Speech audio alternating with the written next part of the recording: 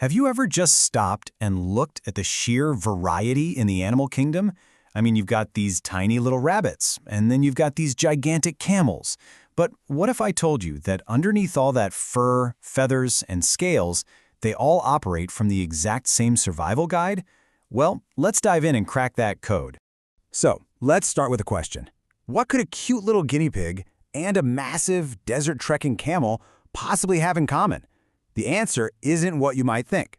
It's got nothing to do with how they look or where they live. The answer is a number, 5. Yep, there are exactly 5 essential things that every single animal on this planet, no exceptions, absolutely needs to stay alive.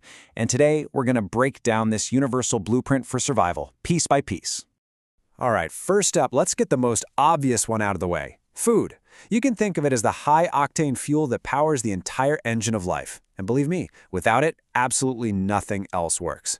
You know, every single thing an animal does, whether it's a fox leaping through a field or a tiny hummingbird beating its wings 80 times a second, all of that requires energy. Food is where that energy comes from. It provides all the essential nutrients for growing, for healing, and for all those super complex processes that keep an animal's body ticking. And as you can see right here, animals have come up with some incredible ways to get their fuel. You've got your carnivores, like lions, with teeth literally designed for tearing meat. Then you have herbivores, like zebras, with these big, flat molars, perfect for grinding up tough plants. And of course, you have the omnivores, like bears, who kind of enjoy a bit of everything. But no matter what's on the menu, the goal is always the same. Get that energy you need to survive.